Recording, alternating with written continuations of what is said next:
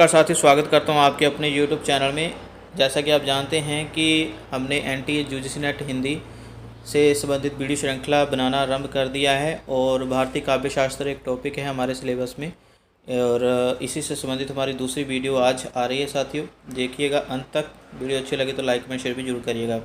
और साथियों पहली वीडियो जो थी भारतीय काव्य शास्त्र से संबंधित बहुत ही काव्य लक्षण, ठीक है। अभी दूसरी वीडियो जो है वो है काव्य हेतु, तो उसको पढ़ना हम शुरू कर रहे हैं। हेतु, पहले तो हेतु शब्द का अर्थ समझ लेते हैं। इसका अर्थ होता है कारण, ठीक है। और काव्य हेतु का अर्थ हुआ, ये जो इकट्ठा शब्द है इसका जो अर्थ हुआ वो है काव्य उत्पत्ति का कारण, कि क्या कारण है जिसके कारण कोई रचनाकार के मस्तिष्क में एक रचना जन्म लेती है, ठीक है। काव्य उत्पत्ति का कारण, किसी व्यक्ति में काव्य रचना की सामर्थ्य उत्पन्न कर देने वाले कारण काव्य हेतु कहलाते हैं। कहने का तात्पर्य है कि कोई एक व्यक्ति है और वो किस प्रकार से कोई रचना लिखने के लिए योग्य हो पाता है, क्या कारण रहते हैं, बस इसी को काव्य हेतु कहा जाता है। दूसरे शब्दों में हम कह सकते हैं कि काव्य कार्य है और हेतु कारण है। आगे पढ़ते हैं। बाबू गुलाब राय ने क्या विचार दिया है काव्य हेतु के संबंध में।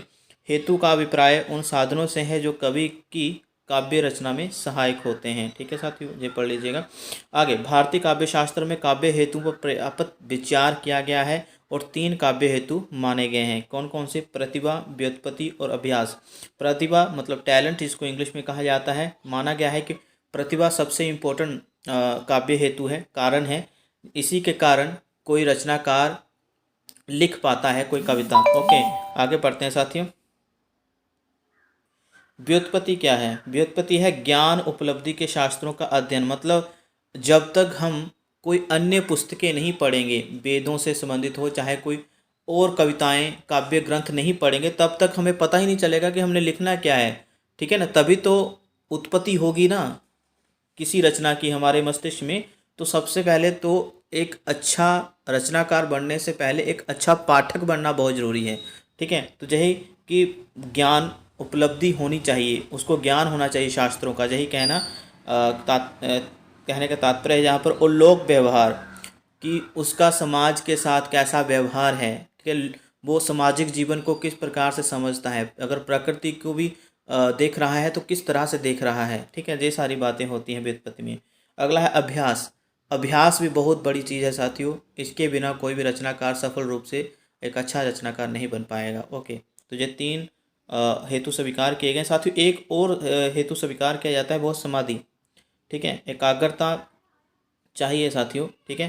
तो समाधि भी बहुत ही ज़्यादा इम्पोर्टेंट मानी गई है, ठीक है। और लेकिन जहाँ पर 3 ही हम काव्य हेतु की बात करेंगे और समाधि को कोई कोई रचनाकार ही, मतलब कोई कोई विद्वान ही, माफ़ करिएगा, भारतीय काव्य शास्त्र में स्वीकार करता है। लेकिन कहीं पुस्तकों में यदि आपको समाधि काव्य हेतु भी देखने को मिल जाए तो वहाँ पर आप घबराइएगा मत। 4 काव्य हेतु भी मुख्यतः स्वीकार किए जाते हैं, लेकिन ज़्यादातर आपको 3 ही काव्य हेतु देखने को मिलेंगे। आगे पढ़ते हैं साथियों काव्य हेतु के बारे में। इनमें से प्रतिभा सर्वप्रमुख काव्य हेतु है, जिसे काव्यत्व का बीज माना गया है। प्रतिभा के अभाव में कोई व्यक्ति काव्य रचना कर ही नहीं सकता है। आगे, काव्य हेतुओं पर सर्वप्रथम अग्नि पुराण, ठीक है। अग्नि पुराण साथियों एक पुरानी ग्रंथ है और जिसकी रचना वेद व्यास ने की थी। काव्य लक्षण से संबंधित जब वीडियो हम लाए थे उसमें हमने बताया भी था आपको। तो काव्य हेतुओं पर सर्वप्रथम अगर विचार हुआ है तो अग्नि पुराण पुस्तक में किया गया है विचार काव्य हेतु से संबंधित।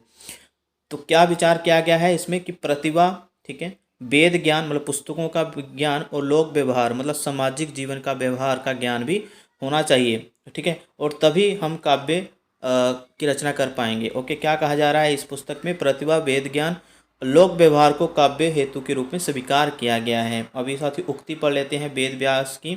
इस पुस्तक में क्या लिख रहे हैं वो लिख रहे हैं, नर्त्व दुर्लभ लोके विद्या तत्र सुदुर्लभा कवितम दुर्लभ तत्र शक्तिस्तत्र सुदुर्लभा, ठीक है। ये पंक्ति है। अभी इसका अर्थ क्या है साथी वो देख लेते हैं कि लोक जीवन में मतलब सामाजिक जीवन में लोक में नर्तव दुर्लभ है और उसमें विद्यावान नर होना दुर्लभ है। आगे क्या है? कवितम परम दुर्लभ है और कविता करने की शक्ति, ठीक है, कविता करने की शक्ति तो और भी दुर्लभ है। शक्ति का अर्थ यहाँ पर प्रतिभा है साथियों, ठीक है। तो साथियों अभी इसका हम अर्थ समझ लेते हैं स्पष्ट रूप से। क्या कहा जा रहा है, लोक में नर्तव दुर्लभ है, जिससे उसमें विद्यमान नर होना दुर्लभ है। नर्तव का मतलब क्या हुआ, नर्तव का मतलब होता है पुरुषत्व। क्या होता है, पुरुषत्व। ठीक है, ओके, मतलब पुरुषत्व। आगे दुर्लभ का अर्थ क्या होता है, दुर्लभ का अर्थ होता है जिसको सहज ना पाया जा सके, मतलब जिसको पाना बहुत ज़्यादा कठिन हो। ओके, इसी के बारे में कहा जा रहा है कि लोक जीवन में, सामान्य हमारे जीवन में जो जिस प्रकार से पुरुष जीवन है वो सहजता से नहीं मिलता है, जब मानव जीवन है सहजता से नहीं मिलता है, और उसमें विद्यावान मतलब विद्यावान नर होना, मतलब पढ़ा लिखा या विद्वान होना, विद्वान पुरुष भी आसानी से नहीं मिलता है इस लोक जीवन में। पहले तो ये नर्तव जीवन ही नहीं मिलता है, पुरुष जीवन ही आसानी से नहीं मिलता है, और फिर से हम कहें कि विद्वान पुरुष भी नहीं हमें मिलता है आसानी से। ठीक है, ये पहली पंक्ति का अर्थ यही है कि सब कुछ दुर्लभ है, आसानी से नहीं मिलता है। पुरुष होना भी आसानी से सहज नहीं होता है ज़िंदगी में, और विद्वान होना भी दुर्लभ है, सहज प्राप्त नहीं किया जा सकता है विद्वान वाला गुण भी। ठीक है, और उसी प्रकार कवित्व परम दुर्लभ है। क्या कहा जा रहा है कि कवित्व मतलब कवि होना भी बहुत ज़्यादा दुर्लभ है। इसको भी मतलब कवित्व शैली मतलब कवि का गुण पैदा होना ये भी आसान कार्य नहीं है, इसको कवि का गुण प्राप्त करना भी आसान नहीं है। आगे क्या कहा जा रहा है कि कविता करने की शक्ति तो और भी दुर्लभ है, मतलब कविता करने की जो प्रतिभा है ये तो उससे भी ज़्यादा दुर्लभ है। मतलब किस प्रकार से बढ़ा चढ़ाकर कहा गया है अग्नि पुराण के रचयिता वेद व्यास ने कि शक्ति मतलब प्रतिभा। ठीक है, कि अगर कवि का गुण पाना दुर्लभ है, सहज नहीं है, तो कविता करना उससे भी ज़्यादा कठिन है। ठीक है ना, तो यही कहा जा रहा है उसके लिए प्रतिभा चाहिए, और ये प्रतिभा हर किसी में नहीं होती है। आगे पढ़ते हैं साथियों। अगला विचार साथियों, पहले कहने के तो हमने 1 नंबर डाला है, लेकिन पहला विचार हमने अग्नि पुराण के रचयिता वेद व्यास का लिया, वो भी आपने याद करना है। ठीक है, अभी वो चीज़ें पूछी जा रही हैं परीक्षा में जो नहीं पूछी गई हैं अभी तक। ठीक है, तो मुझे बिल्कुल मैं विश्वास के साथ कह सकता हूँ कि ऐसे प्रश्न बनते हैं, और अग्नि पुराण की वो धारणा जो है वो अक्सर पूछी जाएगी आगे पेपरों में। आगे साथियों आचार्य भामा का मत पढ़ लेते हैं। आचार्य भामा ने अपने ग्रंथ काव्य अलंकार में स्वीकार किया है कि गुरु के उपदेश से जड़ बुद्धि भी शास्त्र अध्ययन करने में समर्थ हो सकता है, किंतु काव्य तो किसी प्रतिभाशाली व्यक्ति द्वारा ही रचा जा सकता है। तो कहने का तात्पर्य क्या हुआ, उन्होंने कहा कि अगर कोई मूर्ख व्यक्ति है, जड़ बुद्धि है, तो उसको यदि गुरु का उपदेश मिल जाता है तो वो शास्त्रों का अध्ययन करने में योग्य हो जाता है। ठीक है, वो वेद ग्रंथों को पढ़ सकता है, गुरु के उपदेश से मूर्ख व्यक्ति भी वेद ग्रंथों को पढ़ सकता है। लेकिन आगे क्या कह रहे हैं कि लेकिन काव्य तो कोई प्रतिभाशाली व्यक्ति ही रच सकता है। तो प्रतिभा को इन्होंने मुख्य माना है। क्या कह रहे हैं अपनी श्लोक में, कह रहे हैं कि गुरु देशाध्ययनतु शास्त्रम जड़ दिवोडपयलम काव्य तु जायते जायतु कस्यचित प्रतिभावते। ठीक है, जो दूसरी पंक्ति तो काफ़ी बार परीक्षा में पूछी गई है, अभी हो सकता है कि आपको धोखा देने के लिए जो इसकी पंक्ति का भी अर्थ पूछ लिया जाए। ठीक है, तो इसका अर्थ जो है जय रहा, गुरु के उपदेश से जड़ बुद्धि भी शास्त्रों का अध्ययन करने में समर्थ हो जाता है। ओके, किंतु काव्य, दूसरी पंक्ति का अर्थ ये रहा, किंतु काव्य तो किसी प्रतिभाशाली व्यक्ति द्वारा ही रचा जा सकता है। तो उन्होंने प्रतिभा को इम्पोर्टेंट माना है। आगे पढ़ते हैं साथियों, और भी विचार दिए हैं इन्होंने। साथियों जो इम्पोर्टेंट इनका श्लोक था वो हमने आपके सामने रख दिया, लेकिन एक और धारणा भी स्वीकार करते हैं कि निश्चय ही भामा प्रतिभा को काव्य का प्रधान हेतु स्वीकार करते हैं, किंतु एक अन्य श्लोक में भी स्वीकार करते हैं कि शब्द शास्त्र को जानने वालों की सेवा और उपासना करके शब्द का तथा शब्दार्थ का ज्ञान करके अन्य कवियों की कृतित्व का अध्ययन करके ही काव्य रचना में प्रवृत्त होना चाहिए। कहने का तात्पर्य यह है कि व्युत्पत्ति को भी उन्होंने बहुत इंपॉर्टेंट माना है। ठीक है, व्युत्पत्ति क्या था, उसका व्युत्पत्ति का अर्थ मैंने समझाया ना पीछे। व्युत्पत्ति का अर्थ यही है कि शास्त्रों का अध्ययन करना, वेद ज्ञान होना। जब तक हम दूसरों की पुस्तकें नहीं पढ़ेंगे तब तक भी हमारे अंदर वो विचार उत्पन्न ही नहीं होंगे जो हम लिखना चाहते हैं। ठीक है, मैं यही कहने का तात्पर्य है मेरा, यही कहने का तात्पर्य है कि हम जब तक दूसरों की पुस्तकों नहीं पढ़ पाएंगे, जब पढ़ेंगे तब तक हम अच्छा रचनाकार भी नहीं बन पाएंगे। तो एक अच्छा पाठक बनना पड़ेगा पहले। ठीक है, आगे साथियों स्पष्ट है भामा प्रतिभा के साथ साथ व्युत्पत्ति, जिसको शास्त्र ज्ञान कहा जाता है, एवं अभ्यास प्रैक्टिस को भी काव्य हेतु में स्थान देते हैं। अब जब दूसरों की पुस्तकों को पढ़ेंगे तो प्रैक्टिस भी करेंगे, है ना, लिखने की। तो यही तो कहना चाह रहे हैं। वो आगे पढ़ते हैं साथियों, दंडी का विचार क्या है, जो तो काफ़ी बार परीक्षा में आया भी है, काव्य हेतु से संबंधित ये विचार। आचार्य दंडी का मत पढ़ लेते हैं। आचार्य दंडी ने अपने ग्रंथ काव्यादर्श में प्रतिभा, आनंद, अवयोग, जिसको उन्होंने अभ्यास भी कहा है, ठीक है, आनंद अवयोग का अर्थ जहाँ पर अभ्यास है, ओके, जो कोष्ठक में लिखा गया है। आचार्य दंडी ने अपने ग्रंथ काव्यादर्श में प्रतिभा, अलभ्यराम, आनंद, अवयोग जिसको अभ्यास, या लोक व्यवहार एवं शास्त्र ज्ञान जिसको व्युत्पत्ति कहा जाता है, को काव्य हेतु के रूप में मान्यता दी है। तो उन्होंने 3 हेतु स्वीकार किए हैं, प्रतिभा, आनंद, अवयोग कहा है, अभ्यास को उन्होंने, ठीक है, और तीसरा है लोक व्यवहार। तो ठीक है, इसको घबराना नहीं है देखकर कि सीधे सीधे उन्होंने बात की नहीं की है अभ्यास की या लोक व्यवहार और शास्त्र ज्ञान। जे साथ ही लोक व्यवहार और शास्त्र ज्ञान आप रट लीजिए, इसका अर्थ है व्युत्पत्ति। आनंद वियोग का मतलब है अभ्यास, ओके, और जहाँ पर शक्ति शब्द होगा उसका मतलब होगा प्रतिभा, ओके। तो आगे क्या है दोहा, इसको पढ़ लेते हैं साथियों, ठीक है, थोड़ा सा साइज इसका छोटा कर देते हैं। जी हाँ, आगे पढ़ते हैं साथियों। नैसगर की, ठीक है, इसके श्लोक को आपने याद कर लेना है। नैसगर की च प्रतिभा श्रुतम च बहु निर्मलम आनंदा शच्यो, माफ करिए द्वार से पढ़ता हूँ, आनंदा शच्या वियोगो अस्या कारणम काव्य संपदा, ठीक है।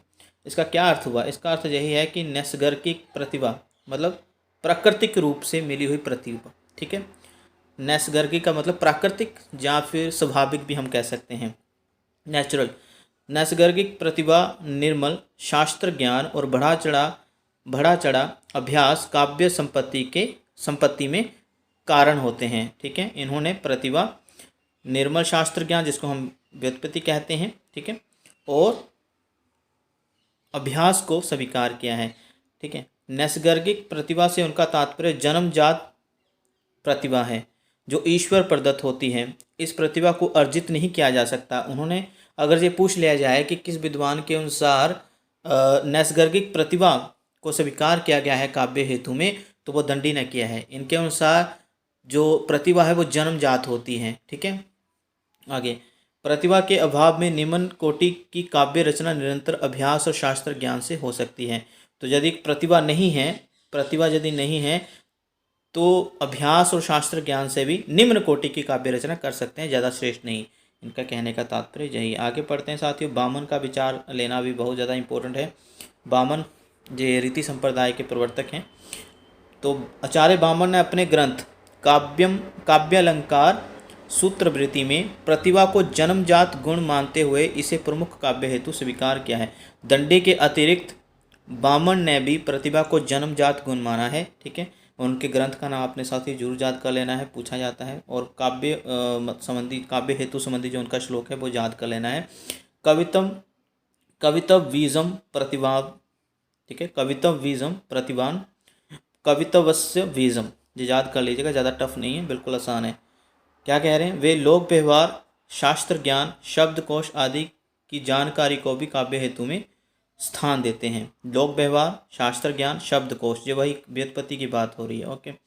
और क्या कह रहे हैं, एक अन्य स्थान पर वे काव्य हेतु में प्रतिभा को कवित्व का बीज स्वीकार करते हैं और जन्म जन्मांतर के संस्कार से शक्ति रूप में कवि में विद्यमान होती है। प्रतिभा को भी इन्होंने जन्म जन्मांतर से माना है कि ये जन्मजात होती है प्रतिभा। और अभियोग, वृद्ध, सेवा, अवेक्षण, अवदान आदि से उत्तम काव्य का निर्माण कर सकना संभव हो पाता है, ठीक है।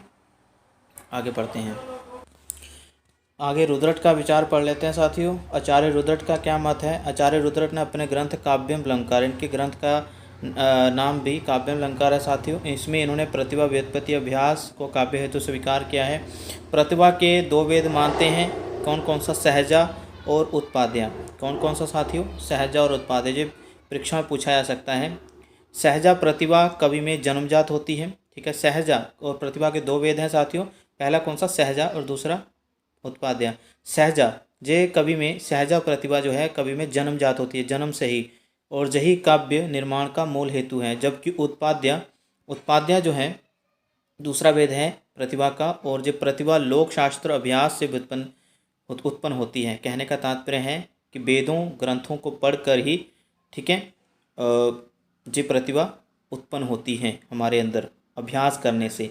वेदों को पढ़ेंगे, ग्रंथों को पढ़ेंगे, अन्य पुस्तकों को पढ़ेंगे और अभ्यास करेंगे लिखने का, ठीक है। तो उत्पाद्य दूसरा वेद है और इसके अंदर ही इन्होंने व्युत्पत्ति और अभ्यास को रखा है, ठीक है। ये एक बात है।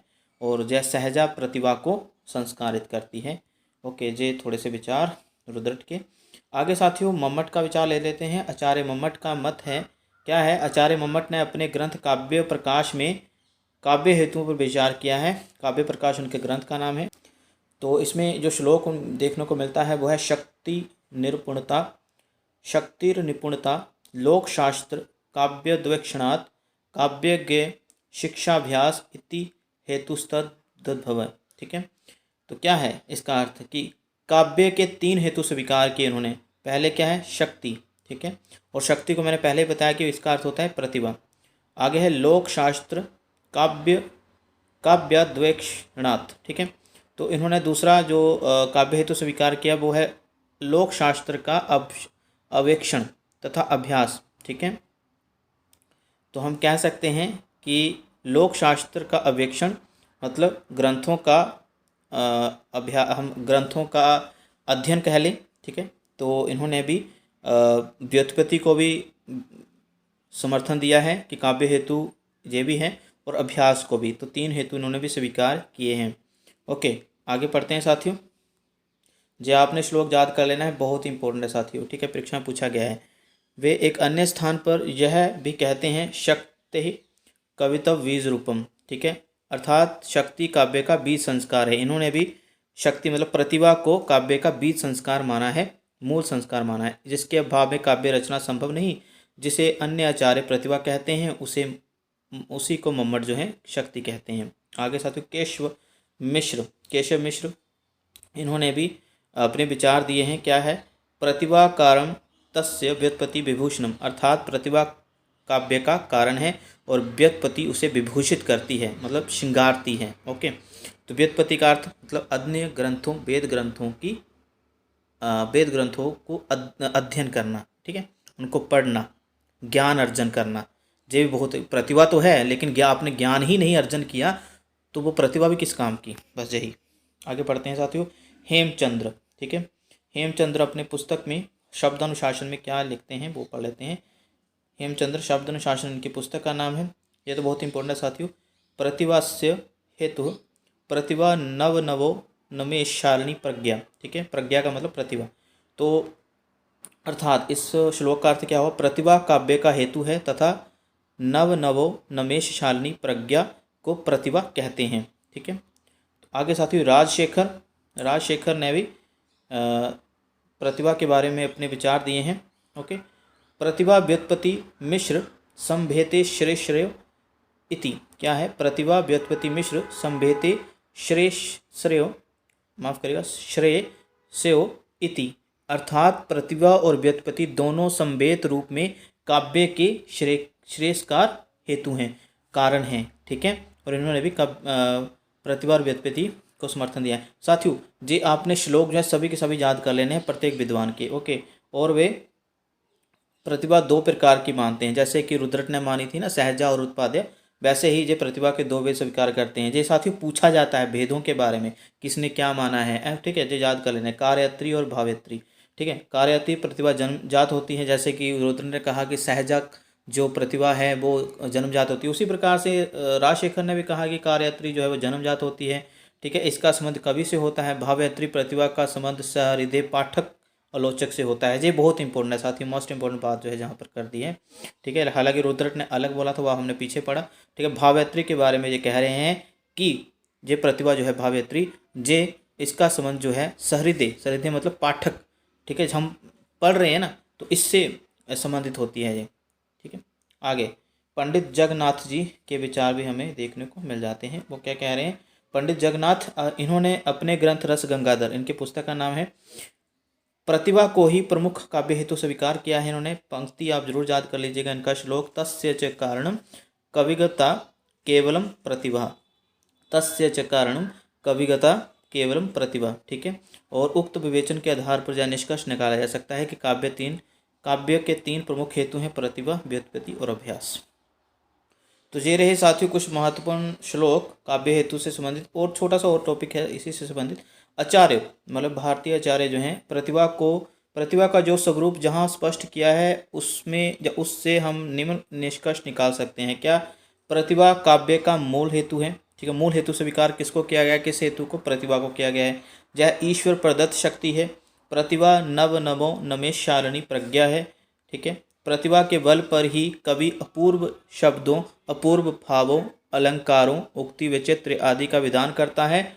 और प्रतिभा दो प्रकार की होती है, कार्यत्री प्रतिभा और भावयात्री प्रतिभा। राजशेखर ने तो यही कहा है साथियों। ठीक है, और रुद्रट ने सहजा और उत्पाद प्रतिभा कहा है। आगे साथियों पढ़ लेते हैं थोड़ा सा और विचार। आगे क्या है? कार्यात्री प्रतिभा वह होती है जिसके बल पर कवि लिखता है, और भावयात्री प्रतिभा वह होती है जिसके बल पर कोई पाठक कविता समझता है। ये हमने पहले ही समझाया। सभी आचार्यों ने प्रतिभा के महत्व को स्वीकार किया है, इसे काव्य का मूल हेतु माना है। डॉक्टर नगेंद्र ने प्रतिभा की असाधारण कोटि को मेधा मानते हुए कहा है, प्रतिभा को नीरस और साधारण वातावरण अच्छे नहीं लगते, वह असाधारणता में खुलकर खेलती है। आगे साथियों व्युत्पत्ति के बारे में भी थोड़ा और जान लेते हैं डिटेल से, हालांकि मैंने पहले ही बता दिया है। व्युत्पत्ति का शाब्दिक अर्थ क्या होता है? निपुणता, पांडित्य, विद्वता। ठीक है, ज्ञान की उपलब्धि को भी व्युत्पत्ति कहा जा सकता है। यह ज्ञान उपलब्धि शास्त्रों के अध्ययन और लोक व्यवहार के अवेक्षण से होती है। विद्वानों का मत है कि साहित्य के गहन चिंतन मनन से कवि की उक्ति में सौंदर्य का समावेश हो जाता है और उसकी रचना सुव्यवस्थित हो जाती है। रुद्रट ने यह बताया है, छंद, व्याकरण, कला, पदार्थ के उचित अनुचित का सम्यक ज्ञान ही व्युत्पत्ति है।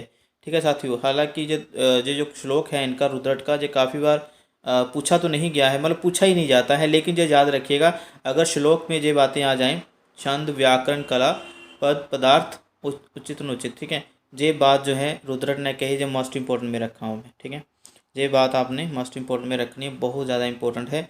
ठीक है, तो इसका ख्याल भी बंदे को होना चाहिए जो भी रचना लिख रहा है। इस यही तो है लोक व्यवहार और मतलब ज्ञान की उपलब्धि। जो बोले कि वेद ग्रंथों को पढ़ना, वेद ग्रंथ ही नहीं साथियों अन्य पुस्तकों को पढ़ना, तभी तो रचना कर पाएंगे ना। ठीक है, आगे पढ़ते हैं। आगे अभ्यास के बारे में भी पढ़ लेते हैं। अभ्यास तो काव्य निर्माण का तीसरा हेतु अभ्यास है। भामा ने लिखा है कि शब्दार्थ का ज्ञान करके सतत निरंतर अभ्यास द्वारा उसकी उपासना करनी चाहिए। साथ ही अन्य कवियों के कृतित्व का अध्ययन भी करना चाहिए, जिससे अभ्यास नित्य प्रति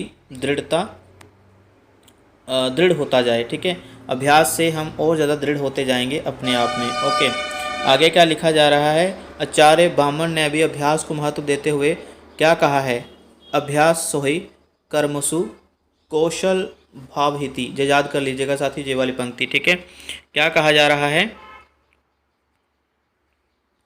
ये कहा जा रहा है अभ्यास सोहि कर्मसु कौशल भावहति। ये कहा है आचार्य बामन ने।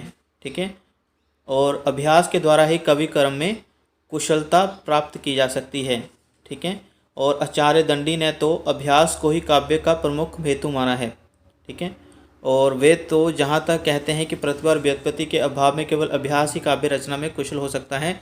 सरस्वती की साधना से और शास्त्रों के श्रवण से कोई भी व्यक्ति सफल कवि बन सकता है। दंडी की यह धारणा अन्य विचारों ने स्वीकार नहीं की है। तो दंडी कहीं कहीं प्रतिभा को भी श्रेष्ठ मानते हैं, तो कहीं कहीं अभ्यास को भी। तो ये तो रही साथियों आज की वीडियो। अगली वीडियो हम लेकर आएंगे भारतीय काव्य शास्त्र से संबंधित और अन्य विषयों से संबंधित टॉपिक को लेकर। तो वीडियो अच्छी लगी तो लाइक कमेंट जरूर करिएगा साथियों। मिलते हैं अगली वीडियो में, धन्यवाद।